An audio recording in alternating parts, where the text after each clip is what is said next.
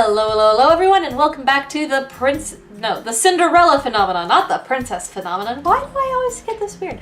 Anyways, so last time we found Karma in the forest doing swordplay with Garland. Yes, those are the names. Ah, we have them correct. So, we've moved on to chapter 4. Everything was going so slowly at first, and now it feels like things are picking up a bit. Anyways. Moving on. Also, Lucette's mom is a bitch, and I don't like her. So, putting that aside, Jurien, if you don't come at me like you truly mean to stab me, you'll never land a hit. Yes, ma'am. Yes, sir. It's been about 2 weeks since I first saw Karma here in the forest, practicing with Garland. I've come here every night since then, though I never stay long as Karma. Oh, what? Stay as long as Karma. That's how that grammar should be, since I actually have work to do in the mornings. Alright, here I come! Their two swords clash and Karma laughs as he throws Jurien back and taps her lightly on the shoulder with his sword. That makes 4 hits, and that one was easy. Is that the best you can do, Jurien? I notice that every time Karma practices with Jurien, he's in his Miss Karma disguise. He says that it's because of the curse and because he does not want Jurien to fall in love with him. Isn't he being overdramatic? I doubt someone like Jurien could fall in love with Karma. Be subtle and quiet. Garland tells me that you're usually good at that. I am, sir. Then why the exception today? Sir... Darling, it wouldn't happen to be because of the way I'm dressed, would it? Are you still not used to it? Hit the nail on the head, have I? It is not very chivalrous to hurt a lady, of course, but that logic applies to men as well. An enemy is an enemy, Jurien, even if your enemy is a delicate flower like myself. Delicate flower, huh? Jurien, you should hit him on the head for that one. But Princess! He is not delicate at all. Jurien laughs and I scowl at her. Is she laughing at me? You and Karma seem to get along. I doubt it. Oh, Princess, you wound me. You always say that. You wound me where Jurien's blade cannot. Something flashes in Jurien's eyes as she readies her sword again. Karma stands ready as Jurien rushes at him with her sword. Their swords clash again. I wonder... Karma, your back's open. Karma turns. Jurien taps him on the shoulder and laughs aloud. I did it! A single hit! It looks like you have a weakness too, Karma. No, it wasn't a weakness. It was the lack of sleep catching up with me. Why did he listen to me? He told Garland the other day that it was crucial to only listen and watch the most important things. You're the most important thing! Alright, practice is over for now. I can see Garland coming for his practice. Karma walks to a corner to have a drink. I should probably head back to the tavern soon. But there's something I want to see first. On her way out, Jurien gives a solemn nod to Garland. She pauses to say something to him and then looks at me, noticing my vague curiosity. I was just mentioning what a good swordsman Karma is. I have seen him fight, and Karma is a good swordsman. There's no doubt about that. Yet, is practicing with him really so special? He's fast on his feet and quick with his reactions. He's an excellent person to train under, even better than most of the commanders in the palace. I can second that. Even better than Ross. Remember him? The first commander we trained under. The one that punished slow learning with extra exercises. You always had to do more exercises than I did. Something about you being distracted. I was watching the way you swung your sword to make sure you didn't hurt yourself. That's exactly what I was doing. No embarrassment here whatsoever. You've always been overprotective. Well, They both suddenly stop to look at Karma, who is smiling slyly on the side. Why does he have that look of... You can't tell? They're flirting right in front of you! Well, that's a sign. We can't keep the commander waiting. Garland shakes his head, his expression snapping back into something more serious. Right. The two exchange quick farewells before Jurian waves and steps out of the clearing, leaving Garland with Karma. You're in a dress today.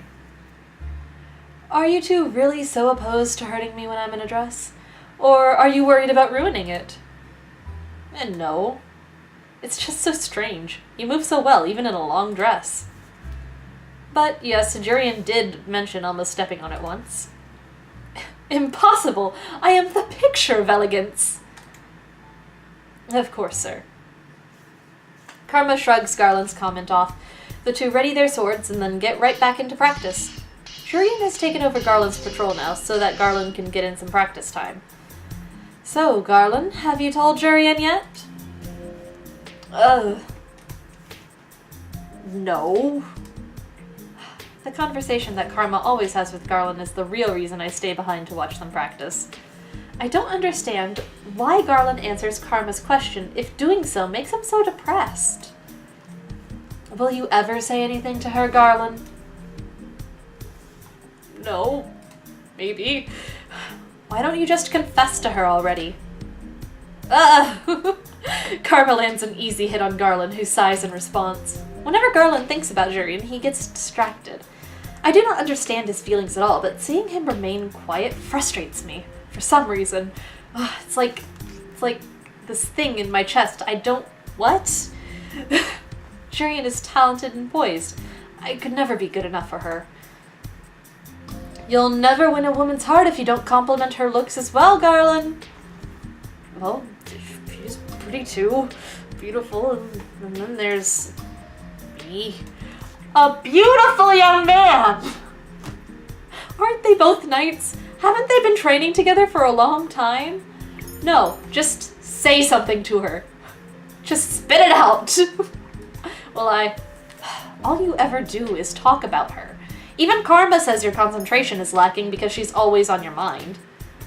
So just tell her. If she does not like you back, then that's it. If she doesn't like me back. Confessions are hard, Princess. Very tedious. You are only saying that because you're dramatic about everything. That's the very nature of love is dramatic, darling. But enough idle chatter, sir. Let us continue our training. I end up staying longer than I intended. By the time I consider returning to the tavern, Garland and Karma are wrapping up for the night. I have a question for Karma, so I wait until Garland leaves before I approach him. You're still here, Princess? Were you seeking out alone time with me, perchance? I have enough of that every day when we run errands. I just have a question. I just have a question for you. Just a question. Just a question. You always come to the right person. What can I do for you, Princess Lucette? You ask Garland the same question every time you train, and he always tells you that he cannot confess. Karma nods in acknowledgement, but his attention is on his sword. He inspects it carefully before sheathing it. It frustrates me. You're frustrated? That look of his always annoys me. Oh my. It is annoying. Did you want to ask me why he won't confess because you're so frustrated? Yes. I suppose after almost 2 months I do know you a bit better. You do not know anything about me. And I do not know anything about Karma either. Confessing isn't easy, dear Lucette. Surely you must realize that the possibility of rejection is a significant deterrent. But if you never ask, you never get an answer, and the stress of worrying stays with you and ruins everything. Why are you staring at me? Is that the reason you're so blunt, Princess? Blunt? You're far more blunt than I am. Princess Lucette, you truly are amusing. You're as sharp as a knight's blade. I am not amusing. That is a matter of opinion, darling. He really is insufferable. And yet I still come to him for advice. The scariest part of a confession is the possibility of rejection. Can you imagine loving someone and then finding out that they don't feel the same way about you? My thoughts shift to the king. My chest tightens. Princess Lucette, Karma reaches out a hand to brush a strand of hair out of my face. I slap it away without realizing. He pulls his hand back with a gentle sigh. My apologies, Princess. No, I cannot imagine. No? Loving someone and finding out they do not feel the same way? I always knew my father never loved me. My understanding is different from what Karma is referring to. Besides, I no longer hold any love in my heart for the king. I have already given up hope on him. Right? It is a good thing you haven't experienced a rejected love, Princess. It is one of the worst feelings. Karma asks to be alone, so I return to the tavern by myself that night. Aww. Isn't he pretty? Isn't he pretty? I do not know why I agree to this when nothing changes. Today, I am once again out in town with Karma, running errands. Since we've been partners, he insists on me coming with him every day. Why do you need a new dress? Because a lady needs all kinds of dresses in her closet. Variety is key when you want to make a good impression, and yet you wear the same one every day. Suspicious. Why would you want to make a good impression on people in a disguise? A disguise is meant to conceal you. It does not exist to be flaunted. Oh no, darling. I only wear the disguise to stop the curse from working on people. It's not really meant to conceal anything but the fact that I am a man. Being doted on by a married woman, or by a woman in love with another man, is especially troubling. Is the curse really that powerful? Karma leads me over to the dress store, and our conversation pauses when he goes to the store owner to give specifications for a new dress. When we leave, Karma suggests on going someplace to reward me for all my hard work. You're treating me? Why wouldn't I, darling? You've been helping me for a while now. What is this feeling? Gratitude? What's that? I have no idea. Karma does owe me for everything that I've done for him, so why do I feel like this? You know, it would be much easier for you to just help me carry the bags. Oh, there! Let's buy one of those cupcakes. Karma cuts through my suggestion easily. Does he really dislike work so much that he'd rather pay me off for helping him?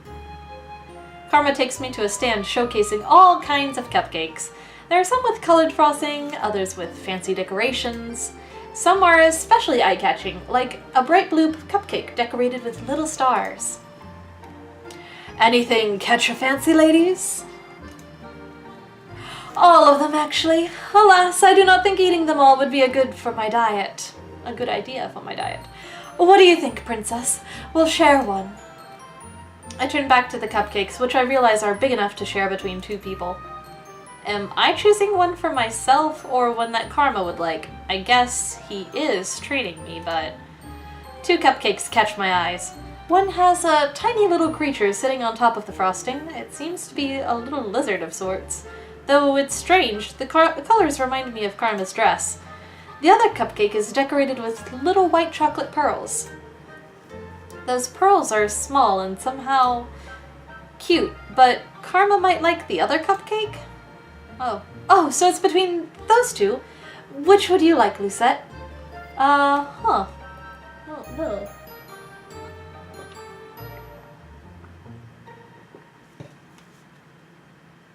I guess the lizard?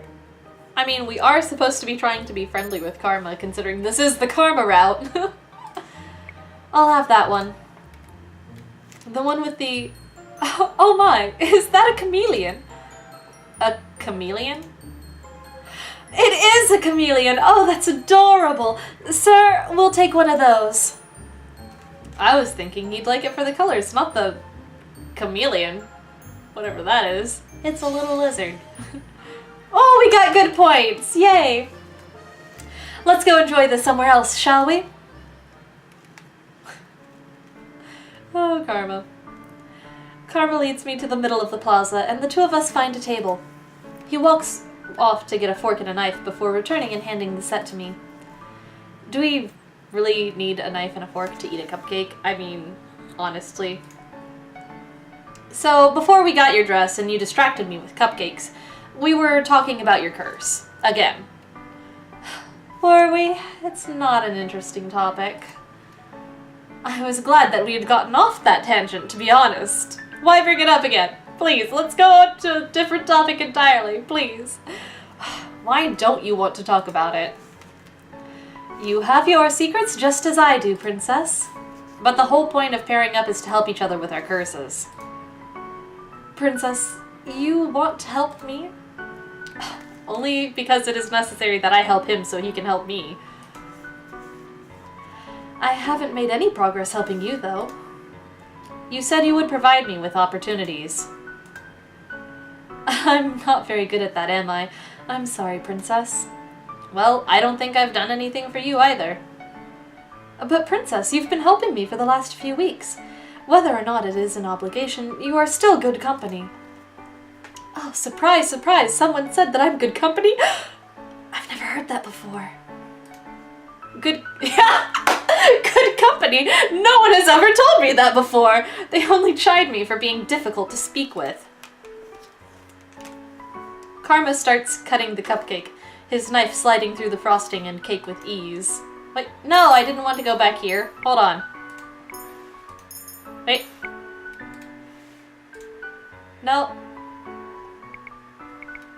Oh. I wanted to see if I could... Hold on. There, that's the button I get to see the picture, because it's a cute cupcake. Look, the chameleon is adorable. I'm really glad I got this one. Sorry, I got distracted because I just really wanted to see the cupcake. So, I've definitely never seen such refined manners for a simple dessert. What was your life like before the curse, Princess? I have no need to tell you any of that. No, it's not necessary, but I am curious. Would I be doing a good deed in telling him? I don't think so.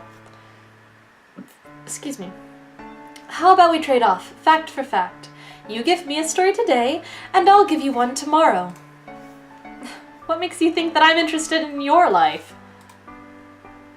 Well, you do keep asking me about my curse. I would say that indicates a little bit of an interest. Only because we are working on breaking our curses.